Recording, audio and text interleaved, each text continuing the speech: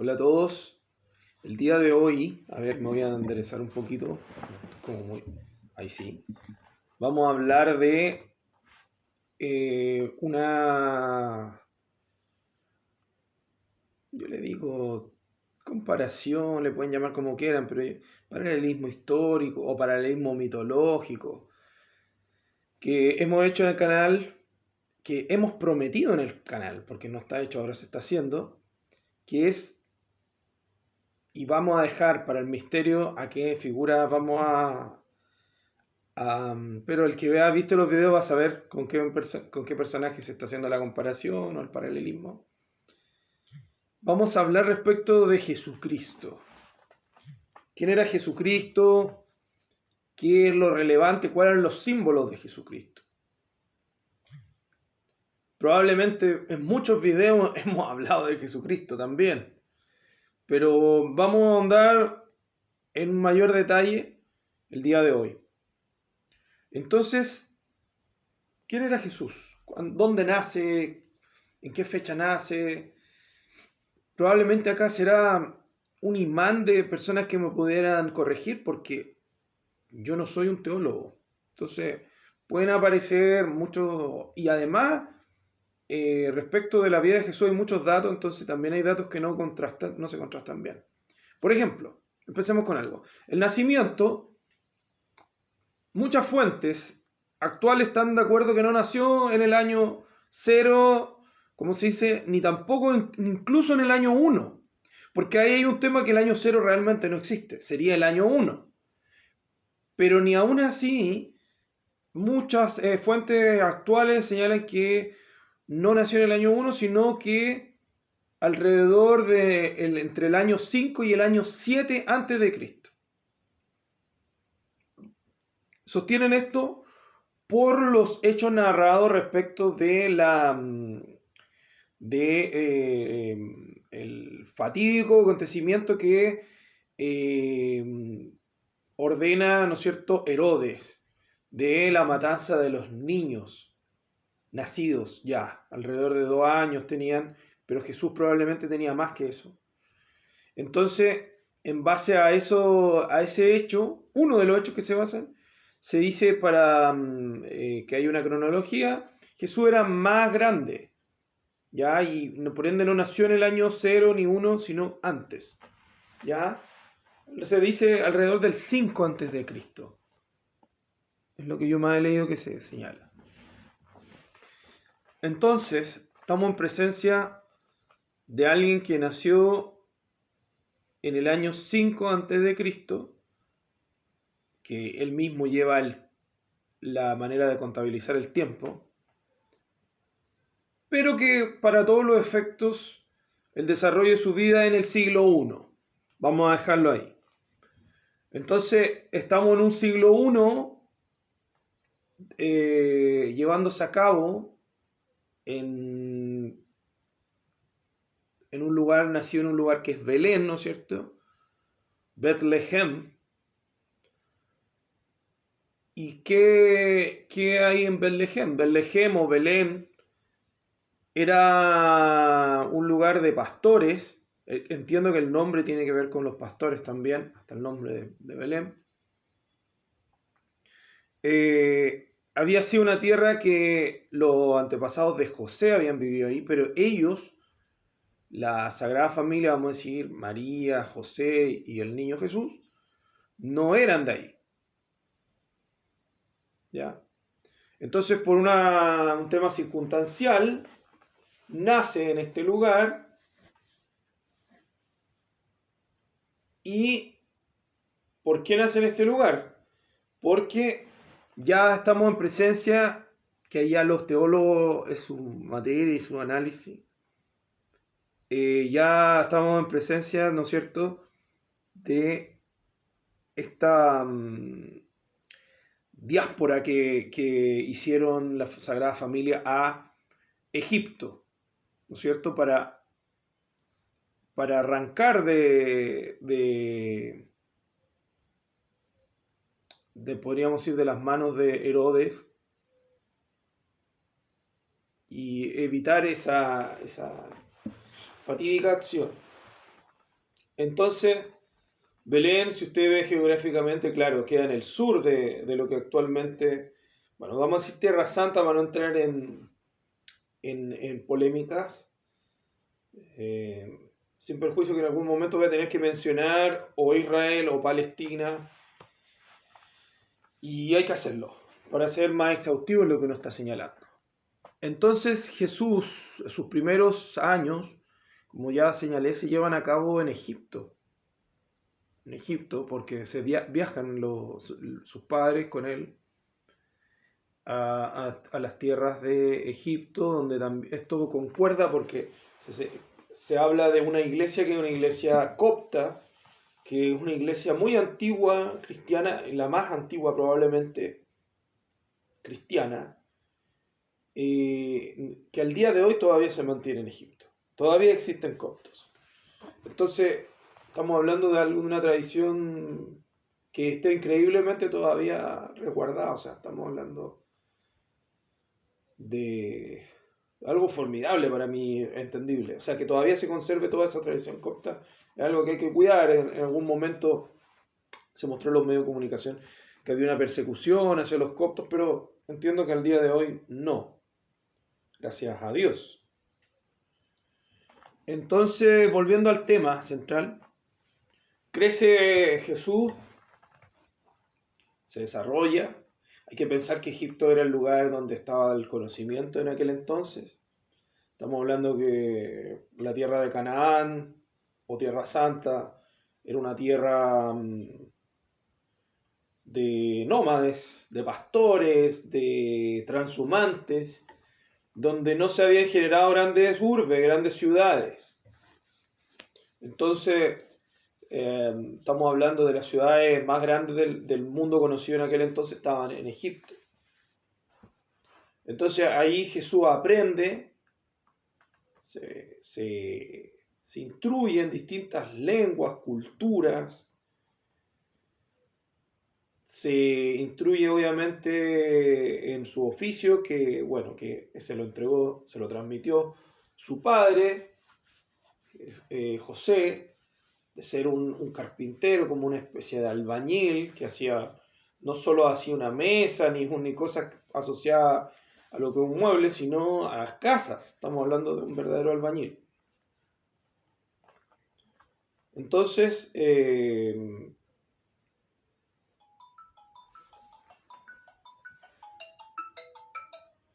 están llamando, vamos a rechazar para poder terminar el video. Y luego vuelve a Tierra Santa. Tierra Santa vuelve, ¿no es cierto? Ahí sin perjuicio del enigma de los años perdidos de Jesús, que poco y nada se sabe de esos años perdidos.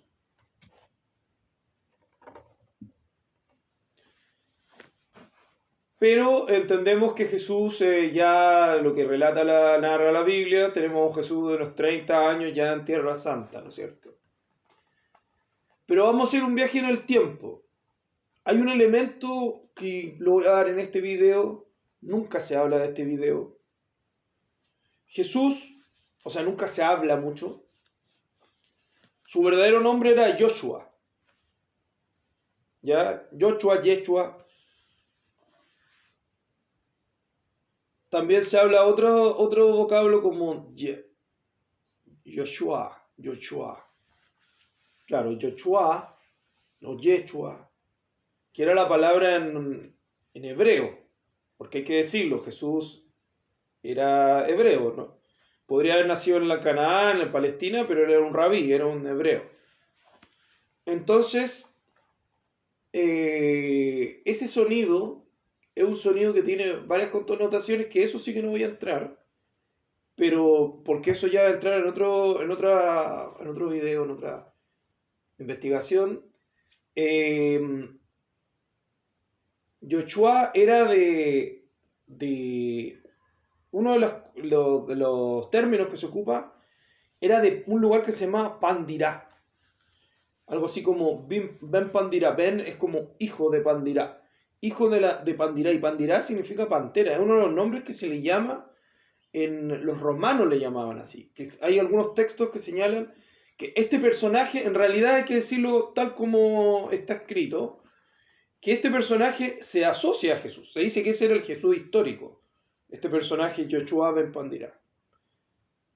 Pero no es un personaje que está dentro del marco de la espiritualidad ni de la religión, sino que es un personaje que se narra y llega a nosotros a través de la fuente de los romanos, ¿ya? Y que yo me atrevería a decir que sí es un personaje que narra, un personaje hebreo, narra muy, da a entender por el momento histórico y por los detalles que se trata del Jesús espiritual, del Jesús de la religión, ¿ya? Todo eso es importante porque dice relación con el personaje que vamos a comparar a Jesús. Si nos de nuevo viajamos en el tiempo, ya de nuevo volvemos a la edad de los 30 años, cuando él comienza a hacer toda la evangelización, ¿no es cierto? Todo su viaje de repetir, ¿no es cierto? Algo que él repetía siempre, que era, él hablaba del reino de los cielos, y que está estos 3 últimos años de su vida, ¿no es cierto? Moviéndose por todo Tierra Santa, ¿no es cierto? Cafarnaúm, por el mismo Nazaret, de donde él vivió toda gran parte de su vida. Yo cuando dije que lo recordamos de los 30 años, todo parece indicar que obviamente esa es la información que tenemos, pero Jesús volvió a Nazaret mucho antes que eso, ¿ya? Porque ahí estaba la expresión muy clara que él se le llamaba el Nazareno, a él se le llamaba el Galileo también, Nazaret queda en la región de Galilea. Entonces, probablemente todo hace indicar, eso sí lo podemos desprender, lo podemos inferir, lo podríamos hasta afirmar, que Jesús llegó a Nazaret mucho antes que esos 30 años, que después se transformaron en los 33, que viaja después a Jerusalén y termina muriendo en Jerusalén, ¿no es cierto? Por las razones que sabemos, crucificado, ¿no es cierto? Entonces, todo indica que Jesús llegó antes a Nazaret. A mi punto de vista podría haber vuelto desde Egipto claramente los 20 años. Ese yo lo visualizo así, mi posición. Otros podrían decir que él se dedicó a viajar por el mundo, por otros lados, o probablemente pudo haber hecho las dos cosas. ¿Ya? Volviendo al tema que ya nos convoca respecto de esta etapa donde él estaba transmitiendo el mensaje, ¿no es cierto?, de que él era el Hijo de Dios y que el reino de los cielos se avecina y que se pueden arrepentir, ¿no es cierto?, de los pecados. Él, al contrario de lo que la gente cree, no era un fanático de tener seguidores. Muchas veces él evitaba a los seguidores. Habían muchas más personas que los 12 discípulos que querían estar con él y él a menudo los tenía que correr, los tenía que señalar que él ya tenía con las personas que él, ¿no es cierto? Porque él nunca tampoco lo llamó un culto, ni lo llamó una secta. Probablemente se pudiese usar esa palabra secta, porque la palabra secta no es otra cosa que una reunión de un grupo, claro, que no está establecido a través de un patriarca, a través de una figura que esté reconocida como el líder de esa institución.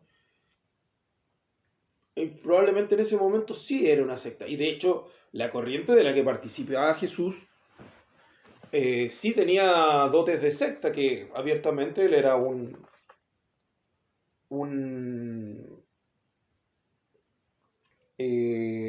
ya sé. Respecto de la que él, que estaba Juan Bautista, ¿no es cierto? Y que Juan Bautista ya llevaba mucho más tiempo que él, que era mucho más avesado, era ya se me va a venir el nombre. Ya, no importa, ya se me va a venir el nombre. Entonces, respecto de él, que ya paralelamente se muestra en los mensajes bíblicos, se muestra en distintos, tanto en videos, películas, que él se bautiza también dentro de estos 30, cuando él ya tenía más de 30 años también. No tenemos ciencia cierta si eso realmente fue así, pero eso es lo que se muestra y eso es lo que nos podemos referir. Entonces, claramente se muestra que Juan Bautista era más avanzado que él, porque él es el que lo bautiza. Él es el que lo. Y él llevaba más tiempo en este movimiento. ¿Ya? Entonces, lo, lo inicia. Y luego el mismo Jesús tiene su propio grupo, ¿no es cierto? Que sabemos son los apóstoles. Puede llamarles, no sé, séquito, discípulos, como guste. Apóstoles es el nombre que sea.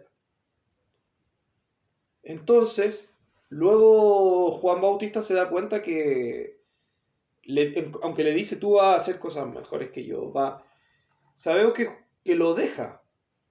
Pero además también Juan Bautista fallece, eso lo sabemos, ¿no es cierto? La historia fatiga, que se le pide cortar la cabeza por Salomé, en fin, no vamos a entrar en detalle, que ella pide como una manera de sentirse complacida. Lo vamos a decir a grandes rasgos, a Nerón, o sea, no a Nerón, a Herodes, que le corte la cabeza y se la dé en una bandeja de plata, ¿cierto? Entonces, sigue ese legado Jesús como el líder de los, que todavía no puedo recordar la palabra, ya se me va a venir, ya se me va a venir. Oye, a veces pasa, voy a tener que recurrir al celular, no quería recurrir, pero bueno.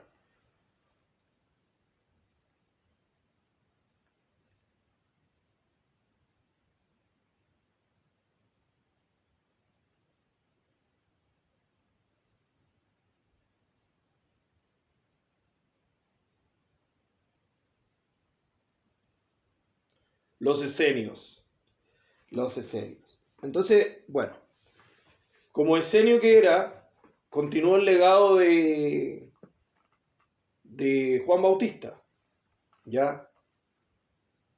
Y respecto de ese legado, dice relación con todos los tipos de prácticas que hacía Jesús, que tenían relación con quedarse en el desierto meditando, eh, el bautismo propiamente tal, que es la práctica más importante que se mantuvo en el tiempo y dio continuidad a través del cristianismo y el bautismo original, ¿no es cierto? Ya sea por inmersión o ya sea por tocar, ¿no es cierto? Que esto tiene otro nombre en teología, pero yo no soy un especialista en eso. Eh, Continuó, y como esto es una comparación que tiene un orden histórico, mitológico, no es teológico, no hemos entrado en detalle en lo teológico, ni me interesa entrar en más detalle. Entonces, vamos a analizar, como ya para entrar en el otro personaje del respecto al cual estoy comparando a Jesús, cuáles eran sus ritos.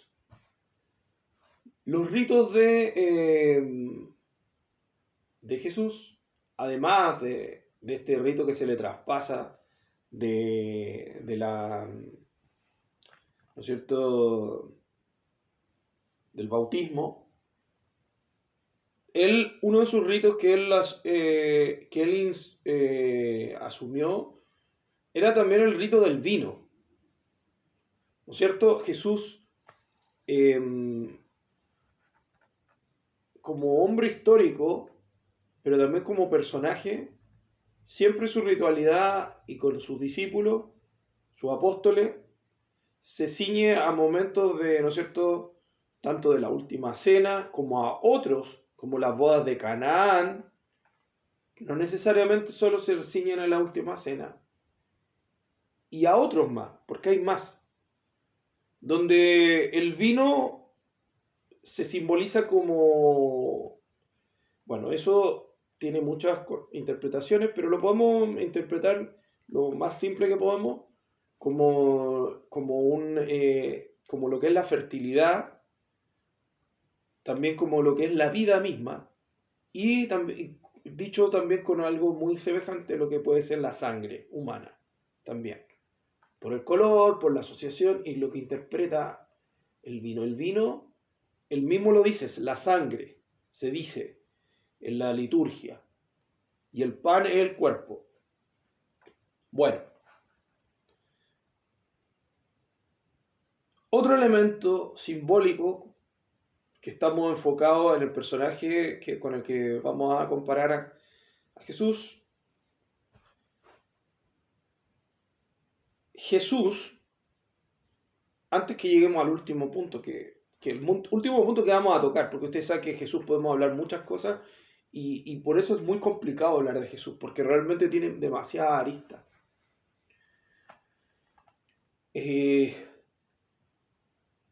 Jesús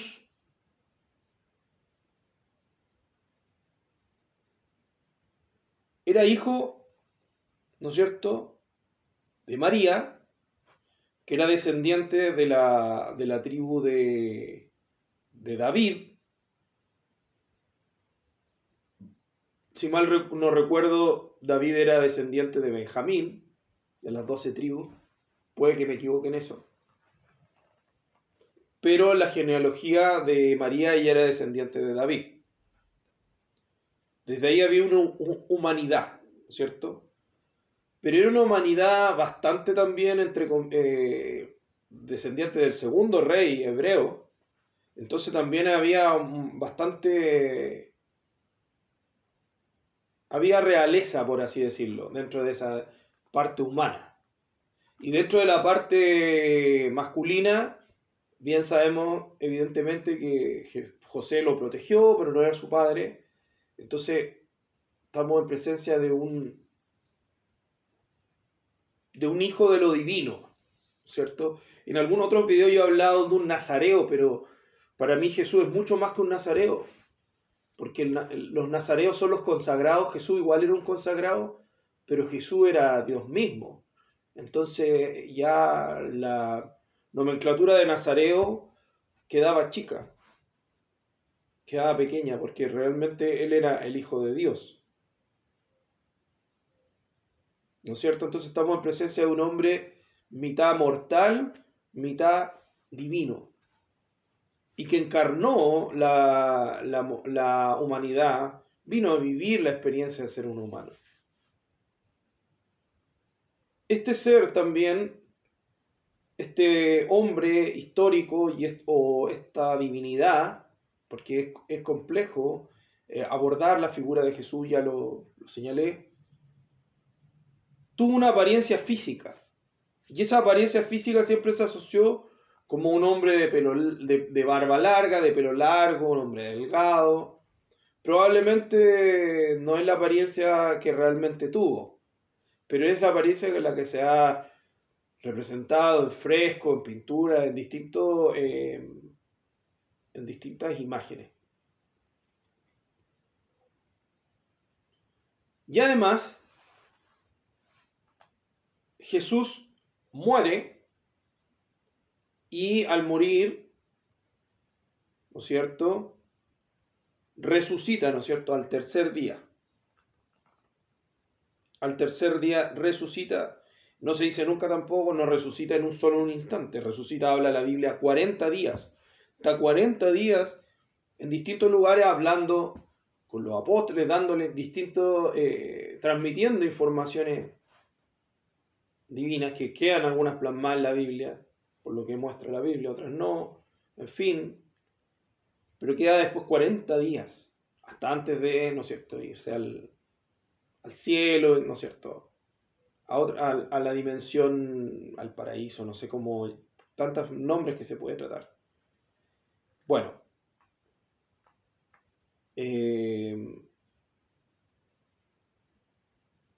vamos a entrar en la comparación con el personaje el ser mitológico respecto del cual estamos comparando, y digo con la altura de mira que significa nombrar a Jesús y compararlo porque no es fácil. Es un personaje que tiene demasiadas aristas, Jesús de Nazaret, demasiadas.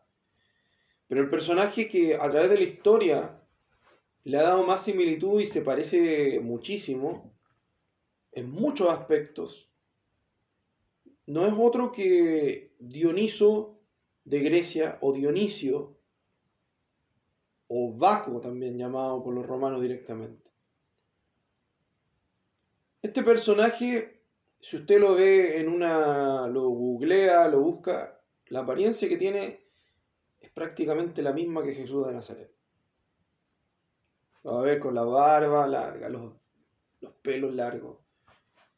Y también cómo se ha representado Jesús de Nazaret, como blanco, en fin, probablemente tenía otro color de tez, pero aquí estamos hablando de la representación. Y la representación en ese sentido es prácticamente la misma. Curiosamente, este personaje era hijo de una mujer mortal, de Semele, y ahí hay algo también, la palabra Semele yo no lo he estudiado ni lo he indagado qué significa, pero se me viene inmediatamente como la palabra semilla, hay algo ahí que pudo haber dado nacimiento a esa palabra. No lo sé, no lo puedo, ¿no es cierto?, afirmar, pero lo que sí sé, que Semele era hija de una realeza, era una mujer humana, pero también tenía un raigambre muy, muy importante, y al mismo tiempo que también es curioso porque en la mitología griega podría haber sido perfectamente Dionisio hijo de dos dioses, de un dios y de una diosa. Y aquí no fue el caso. Fue de la genealogía de una mujer, pero una mujer de la realeza, que era Semele. Y, ¿no es cierto?, en unión con Zeus, ¿no es cierto?, el padre de los dioses, el padre del cielo, curiosamente. Entonces tenemos, yo no sé si Semele, y entiendo que no hay ningún dato que señale que Semele era virgen, como la mismísima Virgen María. Así que no podría decir que eso es una similitud. Sin embargo, es importante señalar que en la cultura griega sí había castidad y había una importancia a este elemento. Lo podemos ver tanto en las sacerdotisas que tenía Atenea, las sacerdotisas de la misma Hera, o inicialmente era casta, bueno, evidentemente no fue todo su recorrido casta, pero en un inicio había una importancia en la castidad. Tenemos una castidad de 100% de Estía, que era la diosa del fuego sagrado, que era la virgen más importante, y la virgen también Atenea. Atenea también era una virgen y se irrumpe esta castidad producto de las vejaciones que le hace Hefestos, pero no por voluntad de Atenea. Entonces, en la tradición griega sí hay una importancia muy fuerte a lo que también es la figura de la Virgen, de la castidad. Y que estaría muy importante indagar. Yo en el momento que estudié esto no me aparecía un dato concreto como para poder repetirlo acá y decirlo aquí en un video. Por eso no llego mientras no hay una información concreta no lo quise transmitir. Pero similitudes podemos encontrar muchísimas más. Adivinen, por ejemplo, yo le relaté que el personaje histórico relatado por los romanos, que los romanos interactuaron con ambas culturas, con los hebreos y con los griegos, y latamente, hablaban de un Yeshua ben Pandirás, que es algo así como el hijo de la pantera. Entonces, cuando vemos figuras de Dionisio aparece en carros con panteras. Ahí aparece de nuevo una similitud. Aparece también la similitud de que Dionisio Voilá era el dios del vino. O sea, él hacía ritos con el vino, incidía, hacía bendiciones a través del vino también, derechamente, lo que podemos actualmente entender como un ritual, una liturgia. Y finalizando, para no extenderme en este video, adivinen, Dionisio también tuvo una resurrección. Dionisio muere y al morir hay una parte que es su corazón, que es un corazón también que podemos asemejar también al Sagrado Corazón de Jesús también, que es una imagen importante de Jesús. Ese corazón se lo implanta en un muslo su padre Zeus, para que no muera lo último que queda de Dionisio, y en base a eso, que tome cuerpo en su muslo, lo hace renacer, para que pueda volver. Y de hecho Dionisio significa el 2 veces nacido. Ya lo vamos a dejar hasta acá, que esté muy bien. Hasta luego.